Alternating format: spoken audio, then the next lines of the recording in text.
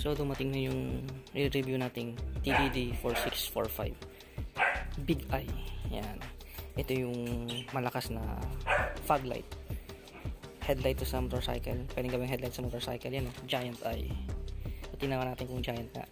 Itong ginagawang auxiliary light ng mga motor at ginagawang headlight ng motor minsan kasi malakas nga siya. So, na-compare to sa DSK. Yun nga, tsaka nung Night Reaper, papakita ko na lang kung saan siya kinumpare. Ito yung pinakamalakas sa lahat, sa pinakamurang halaga. Yung mura yung presyo neto, tsaka napakalakas pa. Syempre kapag sa iba nyo binili to, kasama installment, abot siya ng 4,000. So ang ginawa ko, hanap ko na mas mura, saka ba in-order to sa Shopee. So 1405 lang. So unbox muna natin. Silyadong silyado. Ayun, better na alin mo ako. So legit na legit TDD. Yan. Ano siya, ano ko 40 watts to, yan, 4645 model ng TDD. Tapos ito yung Giant Eye or Big Eye na tinatawag nila. So ito siya. May nakita akong nag-install nito, nasa kasama installation niya piso na lang 4,000 na or 4,000 kasama installation. Pero ginawa ko nga, bumili ako 1405 lang, bumili ako, tapos papa-install na natin. Makakatipid pa rin tayo syempre, tsaka malakas niyan. Subukan din natin yan. So ilalagay ko na yung link nito sa baba kung saan ko in-order para legit yung ma-order nyo. Yung silyado, tsaka legit TDD talaga to. Pero nagbebenta nito Facebook 25 affected do sa manufacturer ng TDD 25, mahal pa rin. So doon tayo sa Shopee, magaga tayong naghanap. So share ko sa inyo para makatipid din kayo. Plastic pa, oh. Ang ganda ng box pa lang, alam ng malakas. Tsaka ano pala, oh yan, oh, box pa lang, legit na TDD. Oh, Big Eye nga. So syempre bago ko to binili, nag-research din ako syempre kung ano talaga malakas na fog light. O sa motor nga ginagawa tong motorcycle headlight. So nasa ano to, 1 kilo daw, dalawa. So ibig sabihin 500 grams to. Yan. Ayun, kita nyo naman, ang laki. May ano nito, may mini nito. Ayan, may mini nito, mas maliit dito. Pero syempre dito ako mas subok ko na talaga kasi ito kasi yung nakita kong malakas talaga. Yan, so kasama niya dalawang ito na fog light, motorcycle headlight. May kasamang bracket na. Yung bracket. Tapos yan na yung mga tornilyo niya. So bale additional lang tayo sa wirings syempre, at saka sa relay, yan, at saka sa mga fuse o ano pang kasi gagastos ka lang naman siguro ng mga 700 for installation. Mura pa rin, diba? So tingnan natin kung magkano magagastos ko kapag pinagawa ko to. Alright, so ang laki, oh. Laki, tanalo. Yeah. So yun, brightness is comparable to xenon lamp, at least 15 times in the xenon lamp. Environmental green, fashion forward. Yan, siyempre waterproof yan. So subukan natin yan kung gaano kalakas yan. Ayan, tsaka maganda yung review nito. Sabi ko nga, hindi ako bibili kung mahina to. So hindi ako sponsored ng TDD, sana naman pang motor naman yung iba. Marami kasing klase ng model yung TDD. So ito sa page nila parang wala na to eh, hindi ko nakita to eh. Sa akin naganda yun, malaki yung kable, tatlo siya. So ibig sabihin ng tatlo, isang white high beam, yellow low beam, pwedeng pagbalik rin. Tapos ano siya, dual white and yellow, pwedeng pagsabayan. So, yan ang ibig sabihin niya. So, kakabit na natin ngayon itong ano, MDL. Yan. Yung TDD 4645. So, 1.4 plus. Tapos, bumili na lang tayo ng wire niya na makapal. Ang DIY nga tayo eh. Tapos, switch. Pakita ko yung switch. So, ito, kasama to, mga ano lang to. 6 meters to eh. So, mga 455 yan. So, yung ito yan, 215 yung wire. Terminal yung maliliit yun. Yan o. Yung maliliit yung kulay gold. Para hindi na idikit-dikit. Tapos yun nga. So ito nga yung ano, yung switch natin. So 455 lahat yan. So ito yung switch natin. Kakaiba yung switch natin. So bumili na tayo sa terminal yan o. Para maganda yung kapit. Ito yung switch natin. Iniba ko kasi ang dami ko ng switch. Nalilito na ako. So iniba ko. So usually ito naman ginagamit sa mga pang-offroad. High, low. Tapos balik mo lang kapag off. Tapos ito yung sa dual, yung white and yellow. So i-separate switch ko na lang. Yan, dual na yan. Tapos pag off mo, push lang. Tapos on, dual na iilaw. Yan, mahirap kasi ano eh, wala akong makita ng ano eh, tie switch eh. So sineparate ko na lang sila. So yan, so magkano na nagastos natin? 1.4 plus, o let's say 1.5 plus ito 455, let's say nasa 2,000 na. Tapos labor natin kay Mang Boy. Yan, siya rin nag-electrical sa akin sa iba kong ilaw na yan. Yan, siya rin nag-electrical sa iba sa iba kong ilaw. Tsaka sa busina yata kinabit natin dati yan. Siya rin tumitira yan. Trabaho kasi ito sa ano, sa Banawe QC. Yan, buti nandito siya ngayon. Ayun. Oh, yan, no? Ayan, medyo bumaba. Oh, yan. Ayos. Medyo, no? Kasi kanina nakaangat yun, no? Oh, yan. dito, tukod dito. So, ang ganda tingnan, no? Pogi, oh. Yan. Gagawin natin ng konti. Kasi naka, ano yun, may bracket talaga na naka-spot dyan. Ayan, so ganyan. Ayos, panalo. Tinap mo na yung Dilaw. dilaw, no? Tapos sa kabila, yung puti. Pula yun eh.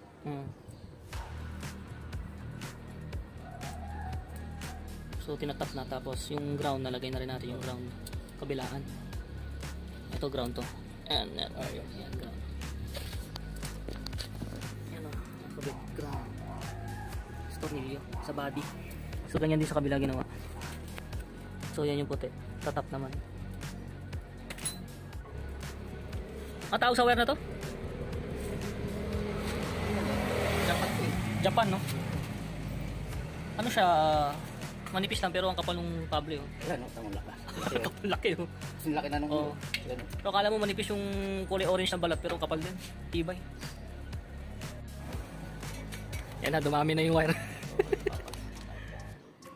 So, papasok na natin yung wire na yan. Doon na ilalagay sa switch. Papasok na yan sa butas sa loob. Lagyan natin ng cover. Mainit kasi talaga sa engine. Ayan. Kaya kailangan yung protector. Heat protector. Ano ba tawag niya? Fuse box din ba yan? O fuse din to. mas magandang klase yan, no? Maganda to. Tibay ito. Mas matibay. Tsaka nasa loob din yung fuse ilalagay? O yan na mismo yun? Ito na mismo fuse. Okay. Oo nga, ang ganda nga. Ilan ampere ba yan? 80. O yan, parehong ito. Parehas yung nakakabit dyan. Ayan, Heavy duty. ganyan lang. So yan. Bale, wala na tayong relay. 80 amperes na fuse box.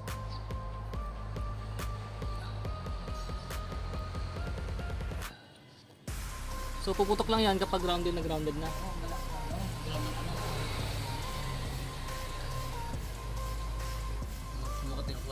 nakakabit. Direkta na yan sa main. Rekta sa main. Tapos sa fuse box to. Wala na rin. Ito kasi may mga relay itong mga fuse na to eh. Yung pula na yun eh. Yan, rekta na. Kabit na.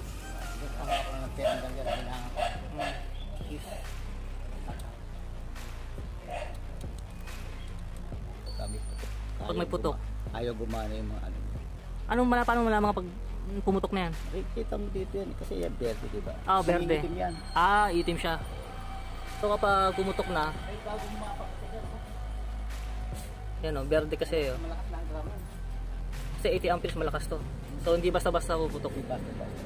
So kasi sa fuse mga ganito, na itong klase, pag putol na dun sa loob, tsaka mo malaman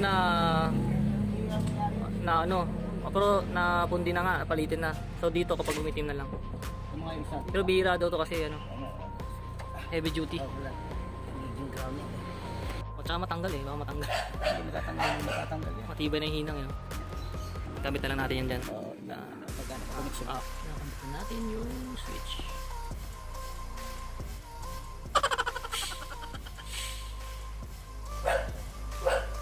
Ano natin? Saan yung sa dual? Eh, mamaya natin kung ano saan.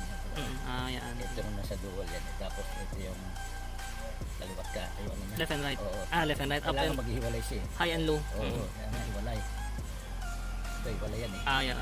Ito dalawa. Ito dalawa sabay eh. Sabay oo. Oo, ito sa dual eh.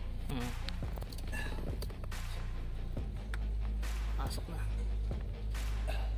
Virgin.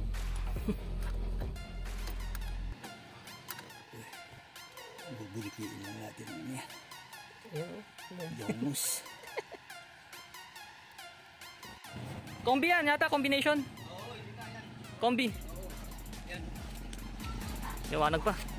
So kita na. Yellow. Sige nga, puti. Ay, kombi yan. Combination. Yellow. Puti. Oo. Yellow. Yellow yan. Tapos yung kombi. Yung dual. Yan ang dual. Ito yellow. Yan, ito yellow pala. Yellow to. Puti yan. Unang, ito yellow. Ito yung low. Ito puti. Dual.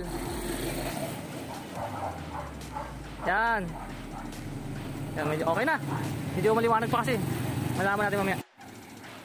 So yan na siya, liwanag oh.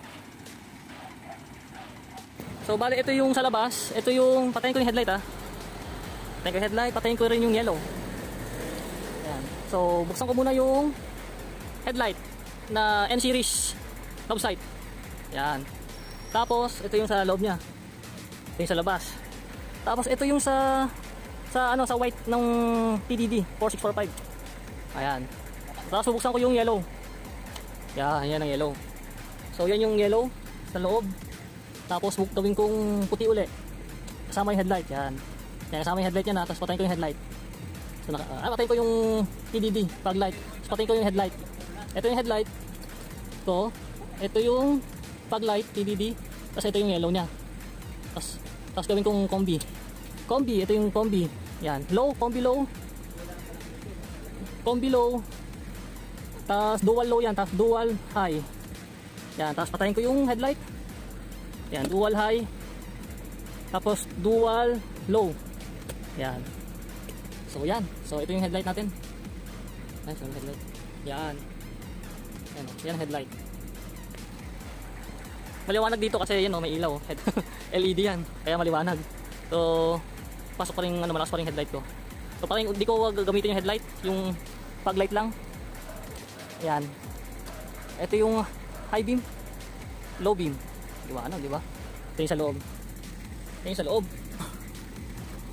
So low beam yan. Ito yung high beam. Patayin ko. Ito yung dual low. Tapos dual high. Yan. Alright. So lagyan mo pa ng headlight. Yan. Super liwanag. Plus, naka-LED pa yan dito. So testing natin sa madilim talaga para mas ma-appreciate natin. Liwanag kasi ng LED oh. Alright. So dito tayo ngayon sa garahe. So bale, open na natin yung TDD 4645. Yan na giant. Ito tinatawag nilang Big Eye. So ito yung high beam white. High beam white yan high beam. Kasi high beam white kasi yun yung nilagay kong high beam yung white kasi yung LED ko ultra white. Kaya yan na backup para mas maliwanag. So high beam white muna tayo. So yan yung high beam white niya. So kita niyo naman buong buo sa gate niya, no? Pabilog siya. Yan, pabilog, tsaka may konting yellow sa gilid. Yan yung white niya. Yan. Yan yung high beam white. So yung low beam niya, ito. Yung low beam niya is yellow. Yellow na yellow talaga.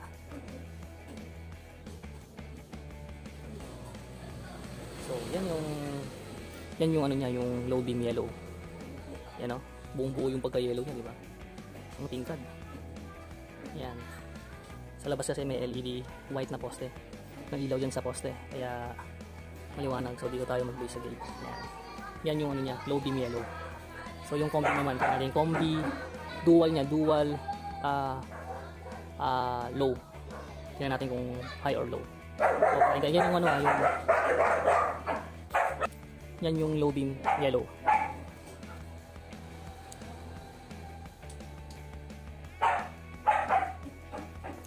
So bali yan yung ano, dual white and yellow low beam. Yan yung low beam ng dual color na white and yellow. Low beam yan Yan, low beam yan. So i-high natin.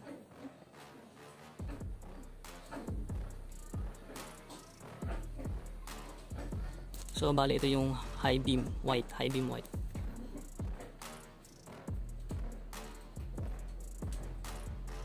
So yan yung high beam white niya. Liwanag. Yan, high beam white yan, high beam white, high beam white. So yellow beam yellow natin, yellow beam yellow. So yan yellow niya, oh. Yellow na yellow talaga. Sa loob. Ayan, oh. Yellow na yellow. So high beam white natin. Ayan, oh. Dito sa loob din, kitang kita. Tapos lagyan ko ng headlight. Oh, yan, sporta. Tapos gagawin kong dual white and yellow. Ayan, low beam yan. Ayan, liwanag. Yan dual. Tapos yung white lang yan, na dual din pero tingin ko white na lang to liwanag. So compare natin dun sa high beam ko, patayin natin yun dual to compare ko sa high beam na white.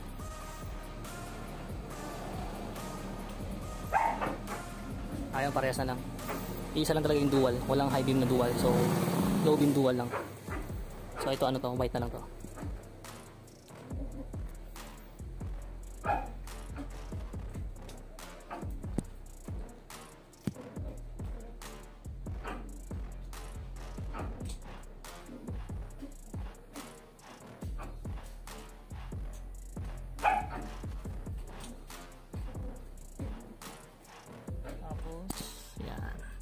Dito sa loob to, loob.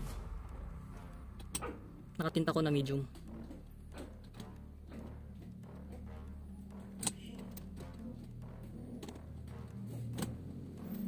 So, ito yung white. High beam, tapos ilawan ko ng headlight. Yan. Tapos patayin ko ulit. Yung yellow naman. Tapos ilawan ko ng headlight. Yan. Tapos yung dual, ilawan ko ng headlight. Yan. Yan.